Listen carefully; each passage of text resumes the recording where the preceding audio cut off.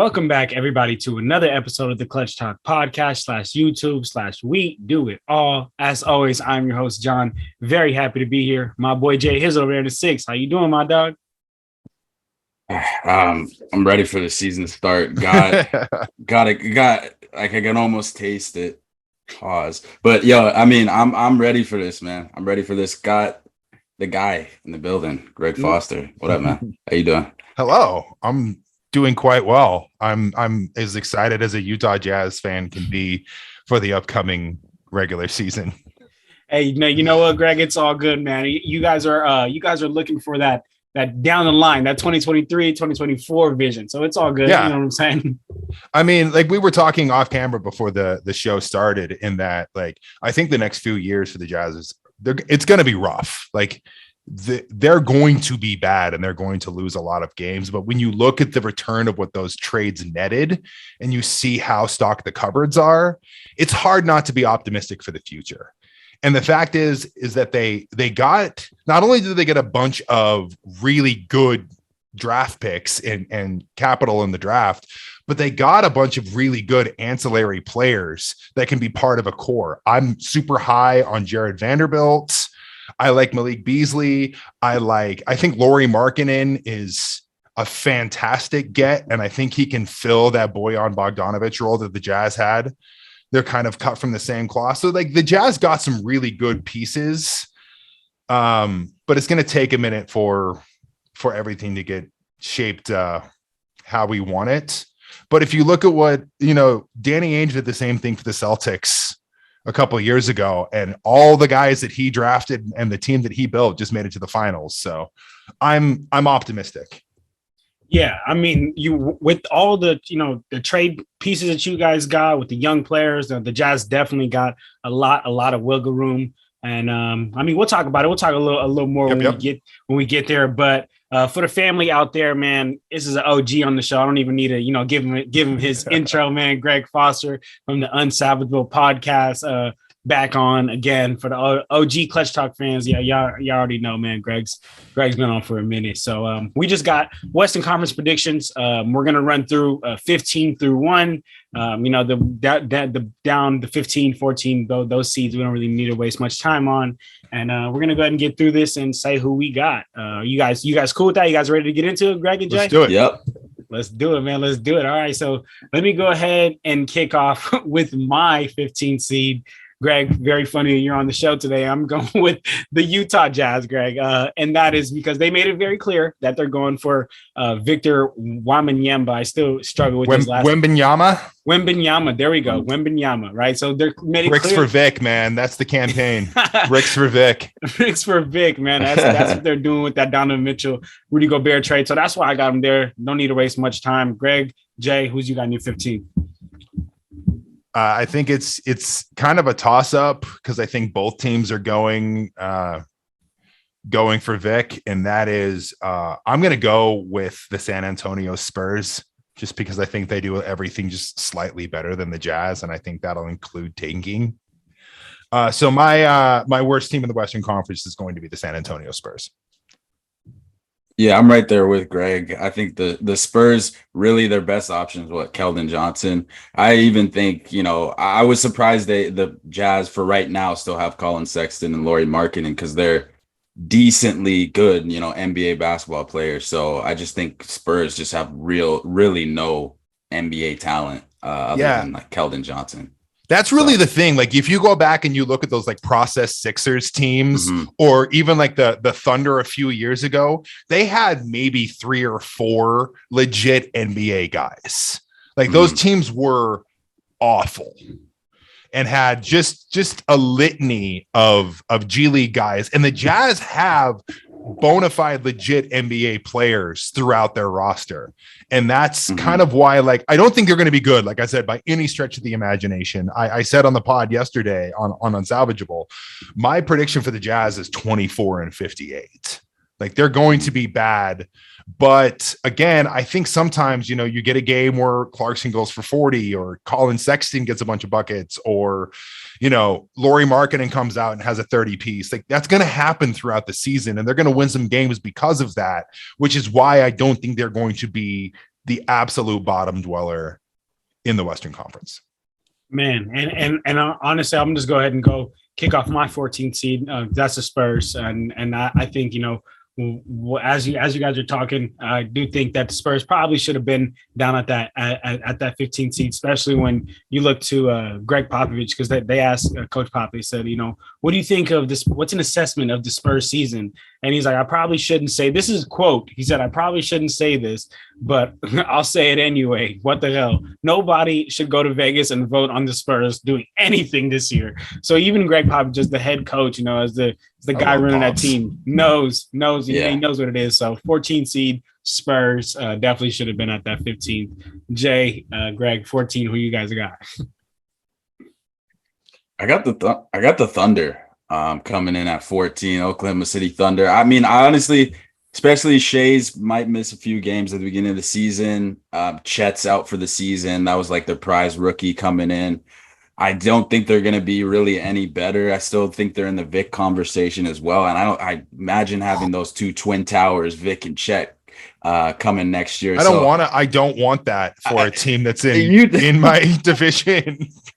Exactly, man. But I got the Thunder. All those three teams, the Jazz, Thunder, and Spurs, right in that conversation. Yeah. I disagree. I still think that the top to bottom, I think that the Thunder's roster is a bit better than the Jazz, and they have a bona fide star in Shea. I know he's going to probably miss a little bit of time, but he's still going to play a lot, and he's going to win the Thunder a lot of games. My 14 seed is my Utah Jazz. They're going to stink. This is going to be a tough year, Greg. It's going to be a tough year to live in Utah, Greg. But you know what? It's okay. We'll get through it.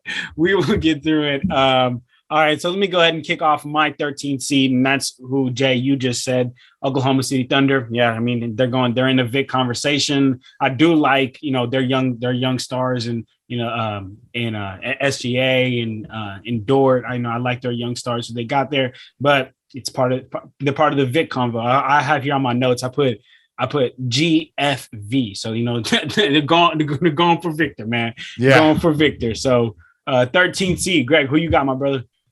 I think I'm there with you. I think Oklahoma City's there. I do think that they'll win. They'll probably win 30 games or so. I don't think we're talking enough about how big of a blow them losing Chet for the season is. Like, Chet's really, really good and would look like a guy that you could just insert into the starting lineup and was like NBA ready. And to lose him for the entire season is tough, but you still got Josh Giddey, you still got Shea, you still got Lou Dort. Like, they still got a bunch of NBA guys. And I think the future is really bright for them. Yeah.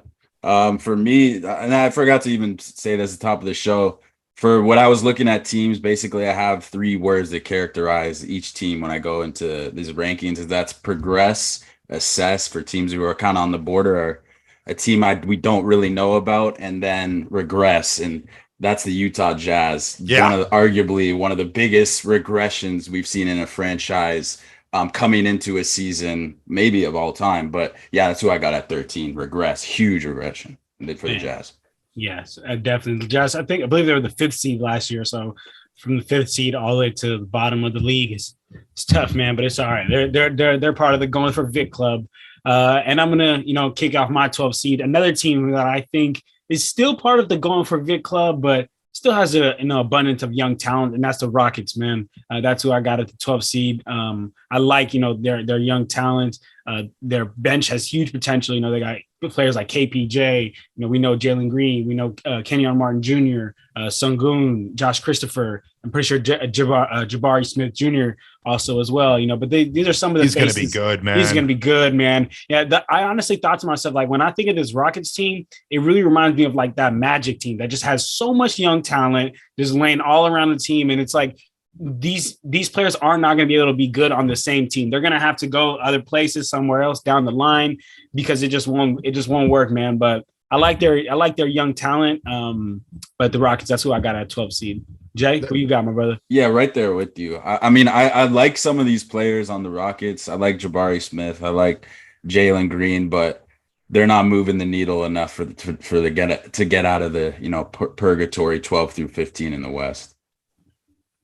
Yeah, I'm literally, I'm right there with you. That was my pick, was the Houston Rockets. I think they're going to be a fun team. Like they'll be a fun, like league pass team. They're super athletic. They're young, but youth doesn't usually translate to a lot of wins. They're still super raw. And I don't know how that core, it just seems like a weird, like a bunch of disparate dudes, like who have individual talent, but I'm not sure about the collective talent. And like, can they play together in a system? Can they play as a unit? Like you see a team like, say, the Celtics, top of the league, has a bunch of super good young talent, but they know how to play together. And I think that the Rockets really need to get to that level, or haven't gotten to that level yet. And I think it's going to take a while, but in the meantime, they'll be fun. There'll be a lot of cool dunks. Yeah, I like that, Greg. There definitely will be a lot of cool dunks on that team. nice young talent, man. But all right, let's keep it pushing and let's get to the last seed before we start talking about these play-ins, man. And that's the 11th seed. And that's who I got at the 11th seed. I got the Kings, man. I got the Kings. I swear, don't sleep on the Kings this year. I know it's hard to say because I also said that the last year and the year before that. And it's always like, I think the Kings are going to do good. And they have like a week of whether they play really good or a 2-week stretch and they play really good. And then they just get right back down to that, mediocrity. But I think that their issue is upstairs, man. It's the upstairs management. It's the higher ups on that team because roster wise, like they don't have a terrible roster. They have De'Aaron Fox, Sabonis, Kevin Huerter, Harrison Barnes, role players like Rashard Holmes, Davion Mitchell. So sad to say, but Malik Monk, yeah, they have great role players and they have a star. We just got to see the consistency in that team and get some management up there, man. But that's who I got. I really hope that the Kings are going to surprise me this year and maybe make that play in, but I doubt that. Yeah, I'm right there with you at 11, and this is where it kind of gets interesting for the seeding. Kind of this middle tier of personally for me when I was doing these predictions for the Western Conference. But yeah, I think they're going to be just a better defensive team right off the bat. I mean, they got Mike Brown, who's arguably one of the best assistant coaches in the game, and his defensive plans were part of the reason the Warriors won the championship. But I'm not too sold on him as a head coach, which is why I kind of have them at 11. But I do like the pieces they got. I think Keegan Murray is a promising young rookie. De'Aaron Fox, we saw him show shades of playing better basketball at the end of last season, and then Domantas Sabonis, that kind of tandem and that duo looked pretty good at the end of the season. So Kings not going to be atrocious, probably going to be a hard matchup for a lot of teams, but they're still on the outside looking in for me at 11. Yeah, I'm with you. I agree in the seeding and everything else. And with the Kings, they remind me of like a little bit more of a refined version of the Rockets in that I think that they have a lot of individual talent, but I've yet to see them put it together. And I really like what Zach Lowe said the other day, especially he was talking about the Nets, but I think this also applies to the Kings. And that is, I'm done with the stuff on paper. Right. Like you see the Brooklyn Nets, you see the Sacramento Kings, and yes, on paper they look great. Keegan Murray looks like he's going to be a dark horse rookie of the year candidate. Domantas Sabonis is an all-star. Rashawn Holmes is a good player. DeAndre Fox is a borderline all-star player, but I've yet to see it, Mm-hmm. And so I can't be high on a team until they prove otherwise. And the Kings have been garbage for the majority of my life. So, I would like to see it. I like that team. I think they're, it's a fun collection of guys. And I think there's potential, but I'm not buying stock in the Kings. I think this is another year they missed the playoffs, which is like 78 years in a row. 78. Yeah. I'm pretty sure they have the longest standing playoff drought like in the league. I'm pretty sure they passed the Clippers last year. I'm right there with you, Greg. Definitely not buying Kings stock. But I my biggest thing is I think they need some management up there, man. They need some better management. But let's keep it pushing and let's get to the 10th seed because this is like Jay. I also like what you said about this is where it kind of starts to get tricky because the West is getting real packed this year, man. So these, at least for me, these top 10 seeds where you can kind of intertwine these. So let me go ahead and kick off my 10th seed, and that is the Portland Trailblazers, man. Last year they were the 13th seed. Individually, you know, I really like Dame. I like Nurk, of course. He looks so good, man. And then I mean, we seen what Anthony Simons was last year. He had a lot of, you know, flashes of great young talent. The addition of Jeremy Grant is great too. But in my opinion, and the reason why I have him here at this 10th seed, because I kept flopping between the 10th and 9th.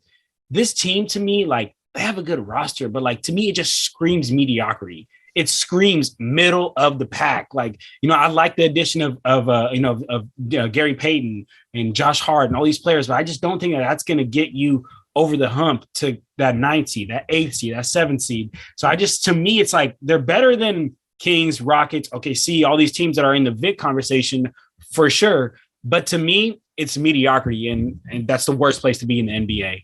Yeah, they're in purgatory, man. Yeah. Yeah, right. Yeah, that was my 10 as well. Just mediocrity. I think Dame, he wants that narrative though. He wants to be the underdog. He wants to be guiding that, but he's going to be guiding him to a play and exit, unfortunately. So I think that's the writing on the wall. I think, and again, I agree with you. The Blazers were my 10 seed. We're seeing, you know, great minds thinking alike right now. But I think my big problem with the Blazers is they're super top heavy. I think they've got some good starting 5 talent. I love the acquisition of Jeremy Grant, Damian Lillard, first ballot Hall of Famer. I think Nurkic is a nice player. But what do you do when you got to go to the bench? Like, it's Justice Winslow all of a sudden going to be the 6th man of the year. You know, I can't, they're just so thin when it comes to their reserves that I think it's going to gas them out. And they're one Jeremy Grant or Dame injury away from being one of the worst teams in the Western Conference again. And like, those margins are so thin that I can't buy stock in them as much as I want to. And as much as I love Dame. You know, I think that Dame could be like a dark horse MVP candidate just by sheer numbers this year, but it's not enough. Like, they just don't have, you know, the 1 through 10, the 8 or 9 man playoff lineup that you need to really excel. Yeah.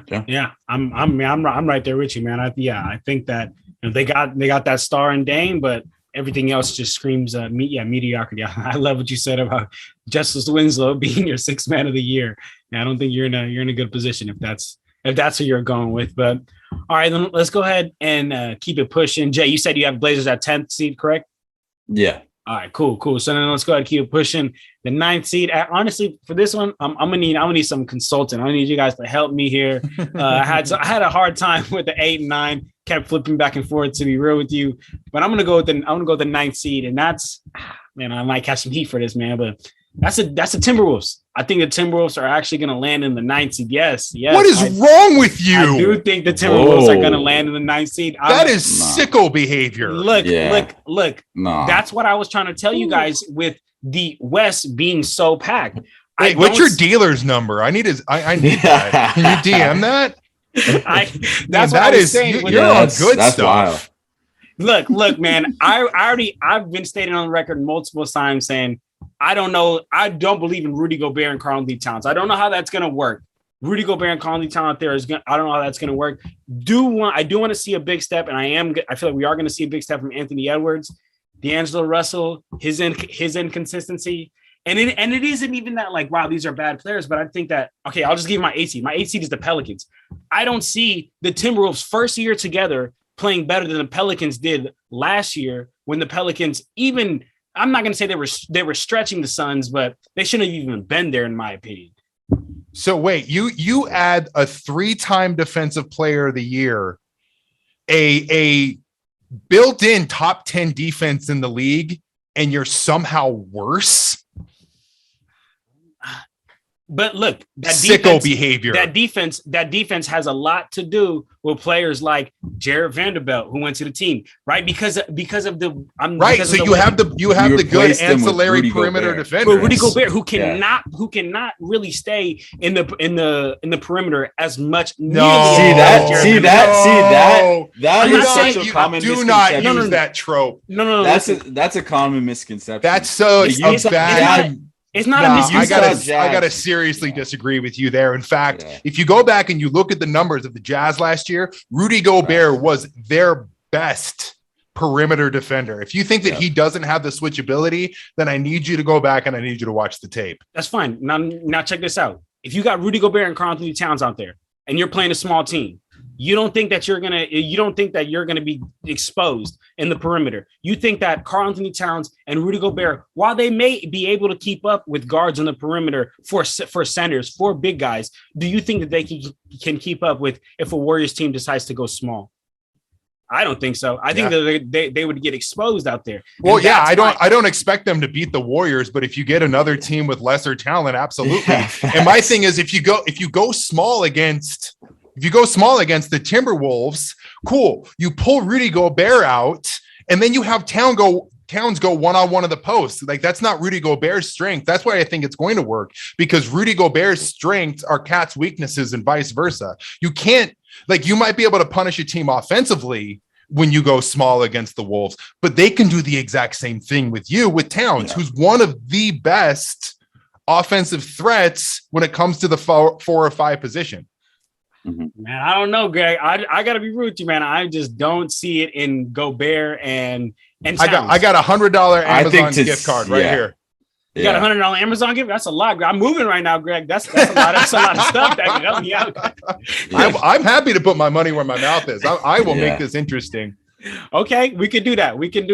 I also think, like, we also got to talk about, like, the Timberwolves bench is good too. Yeah, like, they Kyle got Anderson, great addition. Such a good addition. Like, they're not just top heavy, like, they're deep. And that gives you, like, if a team does go small and it doesn't work, you have options that you can do. Like, you know, I think it's incumbent, and I think it's going to take a minute for the Wolves to figure it out when it comes to their different lineups, but I think they have the talent and the versatility to make it work. I agree. Man, maybe so. But Jay, talk to me. Who you got in that 9 seed? And I know it's not the Timberwolves. I got a team who had no business being in the Western Conference Finals last year, and let's be real about that. And that's the Dallas Mavericks. And which is surprising that I have them at 9 too, because we did have Luka Doncic. I had him as our MVP favorite, and if he's going to be the MVP, they can't be the 9 seed. So it's kind of contradictory. But examining this team, I really don't think that the 8 other teams, and when I look at Dallas, I just don't see them replicating what they did last year, especially losing a guy like Jalen Brunson, who was their primary, or secondary, point of attack guard. And I value, guard play. Yes, they did bring in Christian Wood. I like that addition, but he's a proven loser in the NBA. Like, let's just call it what it is. He hasn't won anywhere. He's been with Detroit. He's been with bad teams, maybe dysfunctional organizations, Rockets being one of them, Detroit. But simple fact, anything he touches right now is turned to shit. So I really can't expect anything different from his track record and what he's proven to this point. And I just not sold on the depth. You talk about depth, Greg, of teams and that being a huge piece of teams being successful, especially in a deep Western Conference. So I'm not sold on Dallas. That's why I have them at 9. But like I said, these teams are all interchangeable for me personally in this mid tier in the West. Yeah. My number 9 seed is the New Orleans Pelicans. I think it's a really nice collection of talent. I don't think they're going to be able to stop anyone. I think they're going to be bottom of the league defensively, because outside of Herb Jones, who do you have? And I think there's going to be a lot of games where they lose like 136 to 130, because I do think they're going to be able to put up a lot of points. And, having Zion back and CJ McCollum and Brandon Ingram and Valanciunas and all these guys, but like, I don't think those guys could defend a mop and bucket. And I still think like they're in that learning phase, and putting Zion back in the roster, I think is going to take a second. A guy that missed, he's going to take, it's going to take a minute, because he has such a huge usage rate, and he has to have the ball in his hands. He's going to shoot a lot, but he also hasn't played in a year. Mm-hmm. And I think that's going to be, and they're just, I still think I feel like the Pelicans are on the precipice of being a really solid team, but they're a year away. Okay. I like that. I like that. Okay. That's who, I mean, I already said it earlier, but that's who I got in my AFC. That's the Pelicans. That's the team I kept definitely flip-flopping back and forth with, that in the 9th seed. But Jay, who you got in that eighth seed? Yeah, it's exactly who I got. The Pelicans at 8. Young team, a promising team. But they're when I think of the Pelicans, though, they're scary because this is a team who, if they put it all together, if Zion's able to play, Greg, to your point, they can be higher, right? They can be higher. It wouldn't surprise me. No doubt in my mind, right? The Pelicans could end up as like a 6th seed, and I wouldn't be shocked. Mm-hmm. But again, it's that same thing as the Kings. Great collection of talent on paper, but I have to see it before I buy stock, and I've yet to see it. That's fair. Yeah, that's definitely fair. Greg, you haven't ran off your 8th, correct? Not yet? Not yet, no. All right, let's hear it, Greg. I have the Lakers. I think they did, in fact, get better this year, and I like some of the ancillary pieces that they have. But I just think until this team moves Russell Westbrook, they're kind of stuck in the mud. And I like Westbrook. I'm officially Westbrook Hive, but he's proven that he's a square peg in a round hole. And it doesn't work. He wasn't that second playmaker the Lakers thought he was, and I have to question Anthony Davis's health. If Anthony Davis can stay healthy and play 65, 70 games this season, totally changes the landscape. A healthy Anthony Davis is a top 10 player in this league. And bubble Anthony Davis was one of the best players I've ever seen in my entire life. If he can put that all together, and again, I'm done with the ifs and I'm done with the paper, the on paper thing, the Lakers could be dangerous, but I'm not buying it until I see it. I like that, Greg. I like that. I definitely had to move the Lakers around between that, that area. But I'll go ahead and kick off my 7th seed if we're talking about the Lakers, and that's who I got. I got the Lakers, man. Last year they came in 11th, and so when I originally put this list together, I had them a little higher up, but while looking at other teams and rosters and all that, I had to keep pushing them down, because I originally had them here. And I said, like, I understand how this could be seen as a wild pick, but I don't think the 7th is, a wild prediction for the Lakers to be at.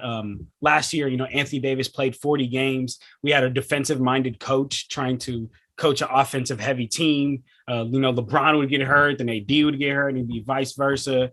But if all goes well, and that's a big if, because Anthony Davis, me and Jay talk about it all the time. I think the Lakers goes as Anthony Davis goes. Absolutely. I think at this point, a healthy Anthony Davis is probably the Lakers' best player. Absolutely. Absolutely. And I am full blown LeBron Hive. I am the guy who will argue to the death LeBron's the GOAT. Guy's closer to 40 than he is 35, man. And crazy. And he's still like top player in the league. Yeah, and he's still I would say probably a top 10 player in this league, but like, could have won scoring title last year. He's still, I mean, he's like I said, he's the GOAT, but you can't put that kind of responsibility on 38-year-old shoulders. Exactly. Yeah, you can't, which is why Anthony Davis absolutely, has to not only, be healthy. I know that's not in his control at all. If it's his choice, he chooses to be healthy. But I think just the aggression, a lot of times I've misstated on the record, like, I've watched every single Lakers games. I've seen Anthony Davis when he was in the bubble and he would have players on him and he doesn't care. He's going to the post. He knows what to do. But in these last 2 years, every time I've seen Anthony Davis, he'll have like Patrick Beverly guarding him, but he wants to take a 3. So I think that's the type of issue with Anthony Davis. He needs to bring that aggression, know who he is and what his role is out there. He always complains about playing the 5. Like, you need to play the 5. That's the best position for you and the team. So with all that being said, man, I think the Lakers got a new coach in town. I think Ham is going to be good for them. I agree. He's the right mentality type of coach that they need. The chemistry is looking good. I like bringing Lonnie Walker. I like bringing Dennis Schroeder back. I think that's what Lakers needed point guards to score and be able to not so Lakers don't have to go on a 0-20 run when LeBron's sitting on the bench. Like, that's what Lakers needed. And that's, in my opinion, that's what I think they got. So, I mean, 7 seed, that's what I'm going with. But if we get a healthy AD, which again, I I just can't bank on, and I'd be unfair to all these other teams. I think the Lakers could easily be a top 5 seed. Like, I think, like I said, I think the Lakers got better this season, but so did the Western Conference as a whole. Not only that, but the Western Conference got healthy. Mm-hmm. And they're fighting an uphill battle where, like, I just don't think it's enough, man. And Russell Westbrook too. I do want to throw it in there. Sorry, Jay, real quick. I just want to throw Russell Westbrook, big issue. Like, as much as, like, if he can, get it together and tunnel that energy on the defensive end, great. But just having a player like Westbrook and Bron on the same team, I don't see it happening personally. But hopefully the Lakers can figure something out, man. Yeah. Sorry, go ahead, Jay. Yeah, no, I mean, let's call it what it is. I mean, for me personally, and what we've seen for the past 10 years, what we've seen from this Lakers franchise, a team who's made in 10 years, made the playoffs 3 times. Yes, one of them, they did win an NBA championship, but it's like, when I look at this organization, has making the playoffs become a benchmark for them? Because right now we see, what did you say, Greg? You and John both see him, LeBron, as the best player of all time. And you have Anthony Davis, like you guys mentioned, when he's at his best, he's a top 5 player, arguably the best two-way big in the game. So I see what Westbrook there, and I just see a recipe for disaster. As long as he's on this team isn't going anywhere. Having them at the 7th seed with him still on the roster, for me personally, is gracious. I think they could be arguably like a play-in team. I guess it wouldn't surprise me at all. I guess at the 7th seed, they are a play-in team technically, but I'm saying like an 8th, 9th seed. So I just really don't see, and plus I don't see the depth right now in this roster. They're top heavy, just like the Blazers. They're top heavy. They're a LeBron injury, same issue they had last year. They're a LeBron AD injury away from not making the playoffs again. Yeah. So I don't believe in this roster until they make changes, until they add some depth, until they add some more ball handlers, and I still don't think they have the primary wing defender to guard a KD, to guard a Jordan Poole, to guard Andrew Wiggins. I still don't think they have that primary wing defender. Stanley Johnson, John, I talked about him. I liked him. They gave him up to Utah, so I don't know. I'm actually really high on Stanley. That guy works his ass off, and it's why I think he's going to make the Jazz's roster. He plays so hard, and like even Will Hardy for the Jazz has talked about that in press conferences, where he's like, we got to get everybody else on Stanley Johnson's defensive level, and if we can do that, then we can make some noise. Mm-hmm. But yeah, I think losing them was kind of sneaky in that he's super versatile. He played a lot of small ball 5 for them, and earned his minutes, earned his way back into the league, man. Shout out Stanley Johnson. He's worked his ass off, and hats off to that kid. Yeah, definitely shout out. Oh, and one more thing I'll add, and sorry to interrupt you, John. One more thing I add, I still don't think they have the shooting. I don't think they address the shooting. Lonnie Walker's a career 30%, around 30% shooter. He's not the answer at the 3, and you need to surround guys around LeBron. You need to surround him with shooters because he can make them better. He can get them open looks. AD's still not he was a 20% shooter ever since the bubble. He has been shooting it better in preseason, but right now I'm not ready to rely on that. So the shooting, they still didn't address. So that's a huge issue. And we know those spaces become a lot tighter in the playoffs, in big games in the regular season. Mm-hmm. You're not going to get those easy drives that you may get in other games. Jay, so who do you have in your 7th seed, Jay? Lakers. Oh, you have the Lakers. Oh, okay. Well, because you said putting them in the 7th seed would be crazy, but you put them there. Yeah. What's that? Because you said putting him in the 7th seed would be crazy, but you put him there. No, I didn't say that. Putting them in the 7th seed would be crazy. Yeah, but all right, it's okay. All right, let's keep it pushing. Talk to us about your 7th seed. Who you got there? My 7th seed is the Dallas Mavericks, in that I think they're solid. They're a playoff team, but I think losing Jalen Brunson is a bigger deal for them than you would think. And again, I'm with you. I think Christian Wood is a really nice player, and he could elevate that ceiling. But again, I'm not buying it until I see it. Yeah, and I think Luka's going to be awesome, but they still don't have the supporting cast. And again, other teams got better. The Clippers got healthy. They're going to be better. I think the Warriors, which is crazy to think them coming off a title, they might be even better. The Denver Nuggets are going to be better. And I think it's just going to be hard for them to really enter that upper echelon of the Western Conference. Like, stranger things have happened, you know, and I think the Western Conference is wide open and there's a bunch of parity. And we could see the Mavericks make noise, but I'm not quite a buyer. And again, I think they regressed this year. Man, Mavs. Yeah, honestly, my issue with the Mavs is just like when Luka was already shouldering so much of the offensive load last year with Brunson. It was him and Brunson really was shouldering most of the offensive load. Now Brunson's gone. I really want to see, like, Luka can't play every game. You know what I'm saying? No. So I want to see how this is going to work. But I'm right there with both of you guys. Do like Christian Wood a lot. I don't have the Mavs at my 7th seed though, but I do like that pick. But all right, so then let's keep it pushing and let's get to the 6th seed. My 6th seed is the Memphis Grizzlies. I do know that's a big drop off from 2nd to the 6th seed. But I'm right there with Draymond and what he said. He said it's harder to win when you're expected to win. And I think a lot of teams know what's up with the Grizzlies this year. I feel like they were catching a lot of teams by surprise last year. And then it was just too late to get back into the games. But now every team's got the Grizzlies circled on their calendars. And they don't want to see Ja hit that gritty or nothing like that. So they're going to shut all that down.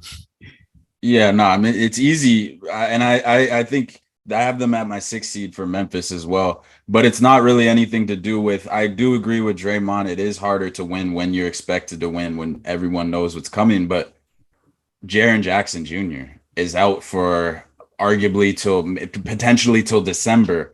Yeah. And he was a huge part of what they did, even when Ja missed the majority of those games. And while they were able to stay afloat and win, actually have a like close to like 70-80% win percentage when he was gone, because they just were able to operate their offense. There was no primary point of attack guard there. Everyone was getting looks, everyone was getting involved. And then defensively, the defense, the perimeter defenders were able to put more pressure on the ball, funnel the ball to the primary shot blocker, one of the best shot blockers, big men defenders in the game. And Jaren Jackson, missing him is going to be huge, and it's going to be a lot to overcome. And I think they going to struggle early on in the regular season, lose a lot of games because of it. I'm going to get spicy. My 6th seed is the Phoenix Suns. Wow, that's not big bad. drop off. As someone who just witnessed a team with the worst vibes in the NBA last year, I think the vibes in Phoenix are even worse than they were in Salt Lake City. I think that team is a mess. We just watched them lose to the Adelaide 36ers in preseason. I understand it's a preseason game, but you can't lose to an Australian league team, man. Chris Paul's another year older. I don't think that they had that secondary ball handler. I think Cam Payne's nice for, 10, 15 minutes a night, but he's not a guy who can come in and help during the regular season and keep Chris Paul fresh. DeAndre Ayton does not want to be in Phoenix. He's sending out the Eric Bledsoe, I don't want to be here tweets. He sounded like Eeyore during his press conference, just sad and depressed and be like, I'm really glad to be in Phoenix and I can't wait to play basketball. And then Lord knows what's going on with Jay Crowder, who's, a big part of their starting lineup. And I think that team's a mess and they're going to lose a lot more games this year. They're still a playoff team. They were the number one team in the league last year. I don't think they're going to miss the playoffs, but I do not see them as a contender in the Western Conference anymore. I think that window has slammed shut. Man, okay. I like that. I mean, I don't agree with that, but I like that. I definitely like that pick. And the Suns did choke very bad last year, so maybe they haven't got over it, so that might happen. But all right, so then I'll kick off my 5th seed. Now we get into the top 5. Jay, you ran your 6 already, correct? Mm-hmm. Yep. Okay, and then let me run off my 5th, and my 5th is the Dallas Mavericks. Honestly, I put them here more just out of respect to the fact that they were in the Western Conference Finals last year. Same thing I mentioned right now when you just said it, Greg. I think losing Brunson just really hit them a lot because now it's the Luka show and let's see what Spencer Dinwiddie can do inconsistently, but I think it's going to Luka show. And if they miss any game, if Luka misses too many games, I don't think they're toast. They're toast. Yeah, that's what I'm saying. They're toast. So, they're going to have to make a move, I think, before the trade deadline. Yeah. But I really do. Yeah, but I really just like the Christian Wood moves. About all I like, but I just couldn't. I felt it was wrong of me to put like a lot more teams, unless they got clearly better or had a better season than them last year, over this team, because they did make the Western Conference Finals, So yeah, that's more where I put it. But Jay, who's your 5th seed? I'm smoking. I'm not smoking that Suns pack at the 5th seed. I think it's mid. It's very mid this year. They, like Greg said, they had their chances. Last year they had the best record. John, I was never sold on them as being the best team in the West. We know who that was. But they didn't have the experience. They proved time and time again. Devin Booker, I talked about him. If they have any reason for success this year, it'll be him taking the reins, him taking the lead, him taking the driver's seat. It can't be a 38, 37-year-old Chris Paul anymore. DeAndre Ayton doesn't want to be there. I think a lot of their grit and tenacity and their primary bruiser, Jay Crowder, isn't probably not coming back this year. And I'm really not sold on Cam Johnson stepping into that role and being that guy for them. And I think we often discount that, how that's such a huge piece of what championship teams have, is that gritty guy, the PJ Tuckers, the Draymond Greens, the guys who don't do the things that other guys, your star players, aren't going to do. And then losing a guy like Jay Crowder, I think is going to be big for him, because every team needs that. And yeah, just a lot of, like Greg said, a lot of dysfunction in Phoenix. Robert Sarver. Yeah. From the top down, it's just ugly. It ain't looking pretty. I think 5's generous, if I'm being honest right now, but I'll leave him at 5 out of respect for finishing first last season, in the regular season, that is. Okay. And my 5 seed is the Memphis Grizzlies, for a lot of the same reason we've already talked about, and that I don't think they're going to be sneaking up on anyone. I still think I think Ja is about to enter the superstar stratosphere, but losing Triple J is for a lot of games is tough. Like, you could make an argument that Triple J should have been the defensive player of the year last year. He was spectacular, like a borderline all-star, like a guy I think will make a few all-star teams before all is said and done. I also think that losing DeAnthony Melton is kind of a sneaky blow to them, and it's why I'm super high on the Sixers this year. And yeah, I just and again, like I've said before, I think that the upper echelon of the West got better. And I think that's another reason. And while it's another year for the Memphis Grizzlies core to coalesce and get that chemistry, I just don't think it's quite enough yet. But there's still a team, I think, that could be a year or so from now, we're talking about being in title contention. Because I am still super high on the Grizzlies, and they're so much fun to watch. They are one of those just those super fun teams just to watch, watch them get up and down the court. All right. Yep. I'm right there with you, Greg. Let's go ahead and kick off this 4th seed then. And that is the team who we got was in 9th seed last season. And that's the Clippers, man. I mean, you just have to think about it fully healthy. Fully healthy. You have the best two-way, arguably the best two-way players in the league, and Paul George and Kawhi. I know they're returning from injury, but I feel like those are those players that even when they return from injury, 75% of them is still great. So I definitely still got players they still got players like that. Their bench: Norman Powell, Reggie Jackson, Terrence Mann, Robert Covington, Batum, Marcus Smart Sr. If that's not a recipe to win with Paul George and Kawhi, I really don't know what is. My only fear of that team is Zubac, because I don't know, maybe because I'm a Lakers fan, but Zubac just to me is not getting it done against no big in the league. But Clippers 4th seed though.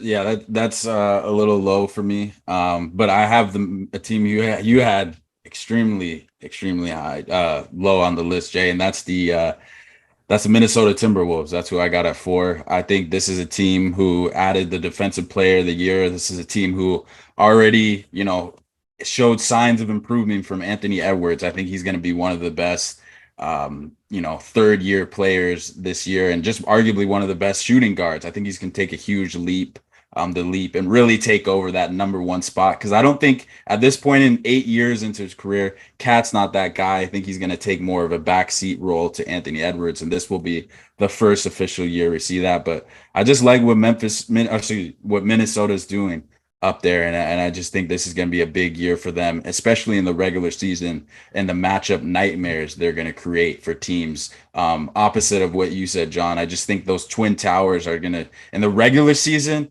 I just don't see any team, being able to match up with them, especially except maybe the elite teams in this top 3 that I have.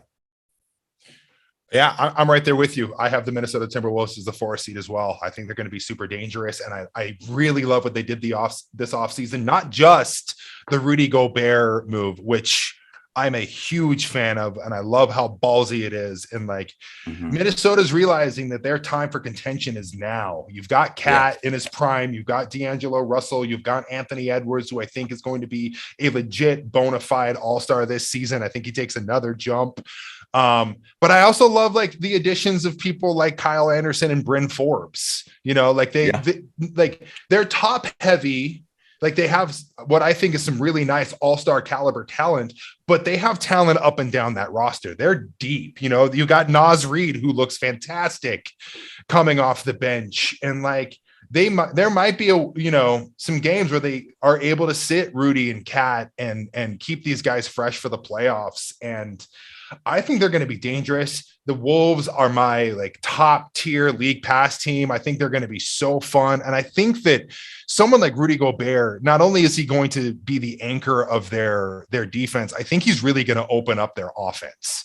And he led the league in rebounds last year. If you go back and you watch that Wolves Grizzlies series, the Grizzlies killed the Wolves on the boards. That doesn't happen anymore. Now you plugged all of your weakness. The pick and roll game between D'Lo and Gobert is going to be incredible. The screens he's going to be able to set for guys like Bryn Forbes and Anthony Edwards. You could run a pick and roll with Cat and Gobert. There's so many options that the Timberwolves have. I think it's going to take a minute for them to figure everything out, because it always is when you bring in new guys. But once they do and it clicks, it's going to be scary hours for the rest of the league. The Timberwolves are good, and I'm super high on them. Man, okay. Well, man, I clearly I got him too low or high, however you want to look at it. But all right, so let's go ahead and keep it pushing. Let's get into the top 3 category. The top 3, man. Third seed. I got to go with the reigning champs, man. I got to go with the Warriors. I think, the loss of GP2, JTA, I think that the integration of Wiseman and the young players will cause them to stumble a bit, which is why, we're saying that the reigning champions are going down to that 3rd seed. I'm pretty sure they had the 3rd seed last year. But we also know that the Warriors are one of those teams that they know what it takes come playoffs. They know what it takes comes finals. They could have an all right regular season and be able to turn it up when playoffs comes around. So that's why I got him there. But I got to throw it in Dante DiVincenzo, man. I think that was just a glove fit. It's kind of glove. It's kind of funny, but a glove fit with he's a perfect player for that Warriors organization. So I don't, maybe he'll stumble a little bit, but he'll help out with that. But that's why I got him out there. Yeah. Right there with you. With the 3rd seed defending champion Golden State Warriors. I think this year is going to be, a lot of integration for them. I do love all the offseason moves they made, JaMychal Green, Dante DiVincenzo. It's unfortunate they had to part ways with Otto Porter Jr. and Gary Payton, but I'm happy for them. They got their bag, and sometimes on a championship team, that's what comes with it. The winning, you got to pay the guys on the roster, and they weren't able to keep all the guys. I believe the tax is crazy, but I think it's they don't really value. They have 18 back-to-backs this season. They know what to do. They know the recipe for winning. in the postseason, and kind of understand it's a marathon, not a race. So third seed for them. And the other top two seeds I have here, I think it's going to be important for them to win come in the regular season, because they don't really have a proven track record of winning in the postseason. So that's why I have the Warriors at 3. So my number 3, and I really think the top 3 seeds in the Western Conference are the elite, and they're pretty interchangeable. It wouldn't surprise me if I think there's a pretty bona fide top 3 in the West, and however you want to rank them, I don't really have a problem with. But I went number 3 with the Denver Nuggets. You've got the back-to-back MVP in Jokic, he's so fun to watch, man. I'm such a Jokic fan. Them getting Jamal Murray back is so big. Like, that was the thing that everybody kept saying last year when you were watching the Nuggets. Oh, they're just not healthy. They just don't have their guys. Murray's out. Michael Porter Jr.'s out. And now those guys are back, and you're adding them into a system that was already deep and was the 4th seed, or what were they, the 6th or 7th seed in the playoffs? I forgot exactly where they were last season, but they were a playoff team. There was 6 seed last year. 6. Yeah. And they were a playoff team last year, even missing 2 of their 4 best players. So now you're getting those guys back. I think Jamal Murray's, he looks fantastic. He's my guy for comeback player of the year. I think he'll come back and be a borderline all-star guy that he was before. Wouldn't be surprised if he takes the Donovan Mitchell role in the all-star game. He fills that void. And I think they're going to be super dangerous, and they're deep. I think Mike Malone's a good coach. And I think the Denver Nuggets are one of those teams we could be talking about come playoff time that have a legitimate shot for a ring. They're that good. They're part of that echelon. Absolutely. Yeah. Absolutely. They definitely are the elite of the league, man. So I like that pick. Got them up a little higher, but we'll get to that later. My number 2, I gotta go with the number 1 seed last year, and that is the Phoenix Suns, man. And I just got him so high because of how badly they choked last year. Like, I just, like, that was crazy to really watch. Like, if you watch them throughout the season, and they were playing relatively well in playoffs, and then it really seemed like from one day to another, or like 1 week to another, the Suns just broke down. Like, they ran out of gas. Yeah, exactly. Like, they ran out of. It really seemed like that. Like, they ran out of gas, and I just think they have so much to prove this year. And honestly, I know CP is old. I know that, and I understand that, but I still believe in him, man. I mean, he was still playing good last year. He's on his little vegan diet or whatever. I don't believe that he could be the old CP of back in the day, but I still think he can, be a 75, 80% of what he was last year. And that'll be enough for that team, in my opinion. Too much to prove. Phoenix is wild at 2. I will say that. I don't have them anywhere near the top 3. That's bold. They're not in that, like Greg said, the top 3 for me is clear in the West, and I don't think Phoenix is really getting near there this year. But my 2 is the Denver Nuggets, the reigning MVP, 2-time MVP, Nikola Jokic. All the reasons you said, Greg. I love this roster. Mike Malone, one of the better coaches. Top 5 coach in my opinion in the NBA, puts those guys in positions to win, and I just they got all the guys coming back, and this is their time, right? We've been a lot of the paper talk, Greg, of guys, this team's built to win, all of that. Let's see what Denver's got, but I think they got a real good shot led by Jokic, because the man can really put his teammates in positions to win. So Denver Nuggets at 2. Yeah. My number 2 is, and again, interchangeable, is the LA Clippers. I love their offseason. Kawhi looks like an outside linebacker right now. He looks incredible. He looks strong. Paul George is healthy. I love the addition of John Wall as a guy who can come in and just run the offense, and he seems like he's buying into the system. And they're, like you said, they're so deep. Reggie Jackson, Norman Powell, Marcus Morris coming off the bench. Like, that team is stacked. And they're that perfect modern NBA team that's so interchangeable and so versatile and can switch everything. And your MVP, your leader of that team, is a 2-time finals MVP. Kawhi Leonard's a killer, and he's healthy. And it would not shock me in the slightest if we're doing our season recap in late June, talking about the Clippers winning a ring. Mm-hmm. Yeah. Man, I mean, yeah. I mean, I feel that. But they're so good. Yeah. They're so deep. Nice. They are deep. They are deep. I'll give you that. But all right, so then let me go ahead and kick off the number 1 seed. That's what we all here for.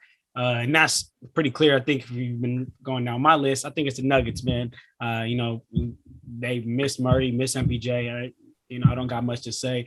Greg, I love what you said is that when you watched them last year, you were like, oh man, like if only they had this player, if only they had this player. Well, now they got him. And I think that as much as the Suns have so much to prove, I think this is the only team in the league who has more to prove than the Suns because I like that. They have not been proven. They have never been like a real proven playoff winners. And now they have the pieces to they made a Western Conference Finals.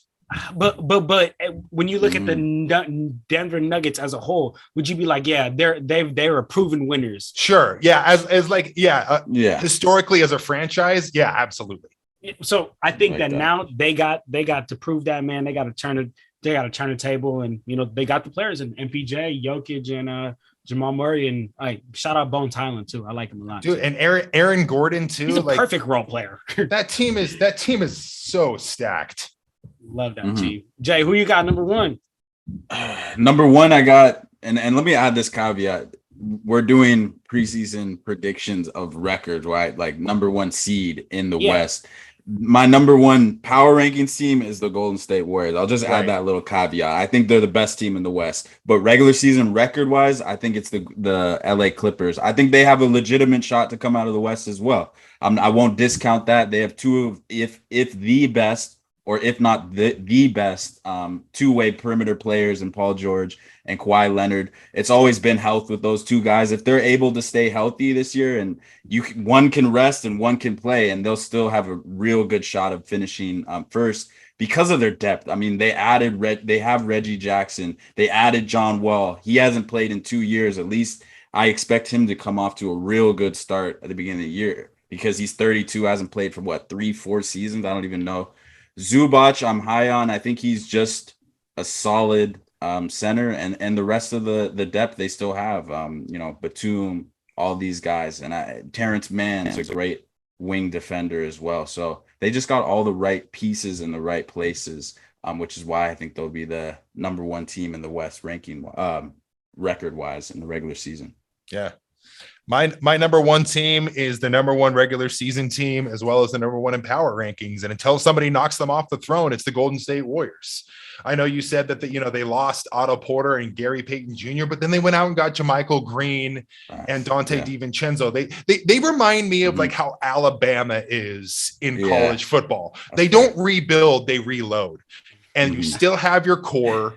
And you have, you've got your big 3, your bona fide first ballot Hall of Famers. You have Jordan Poole, who is absolutely going to be in contention for 6th man of the year this year. And probably after getting punched in the face is going to have the greenest of green lights and is going to be going for, I think close to 20 points a game. Like Jordan Poole can get buckets. He's a really good player. And then the thing, James Wiseman comes in and looks like a competent NBA player.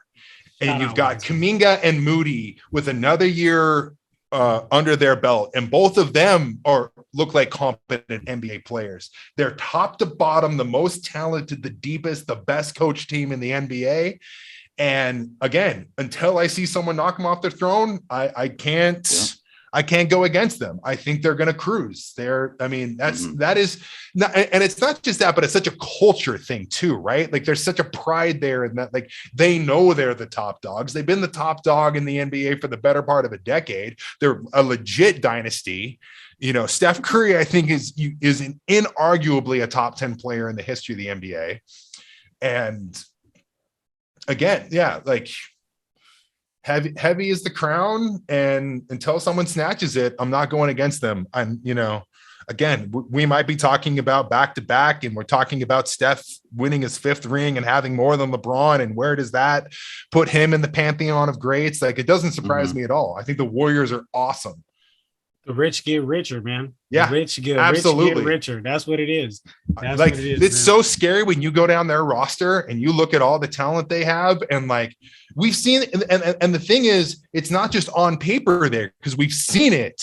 We've seen this team retool and reload multiple times and get those desired results. So like they're that team that has proven it. That I doubt them not putting it together. I have more faith in them putting it together. It's like watching Steph shoot 3-pointers. I'm more shocked when it doesn't go in than when it does. And I think that is just like the perfect analogy and the perfect metaphor for the Golden State Warriors. Man, yeah, I like that, man. The rich get richer over and over, man. Well, all right, Jay, sorry about that. We had a little technical difficulties issues. Greg had a cut, but this is all good. We got through our list 15 through 1, man. So for the family out there, you know what I'm saying? Make sure you guys hit the comment section down below. Let us know, like, am I tripping? Was Greg tripping? Is Dre tripping? Let us know your list. Go ahead, put it in the comment section down below. Let us know, where do you have your team? Who do you got in that number 1 seed? Who you got in the power rankings? All of that, man. Just let us know in the comment section down below. And as always, man, don't forget to get at us on Instagram, Twitter, TikTok. Man, we everywhere, huh, Jay? We everywhere. Just get at us, man. Just get at us. But Jay, you got any last words to say before we out of here? This was dope, and it was dope having Greg back on the show. Great time every time he's on the show. And Jay, we are right there at 200 subscribers, man. We are on the road to 200. We've been putting that out in the air, and the universe is coming back to us. So if you have not subscribed to us, I know if you are watching all the way to this end, hit that subscribe button because we appreciate it. We're on the road to 200. We appreciate everyone who's been supporting us all along. Man, just like how Jay said, make sure you smash that subscribe button and get at us, man, because we on the road to 200. But if that's it, then we out of here, y'all. Clutch Talk out.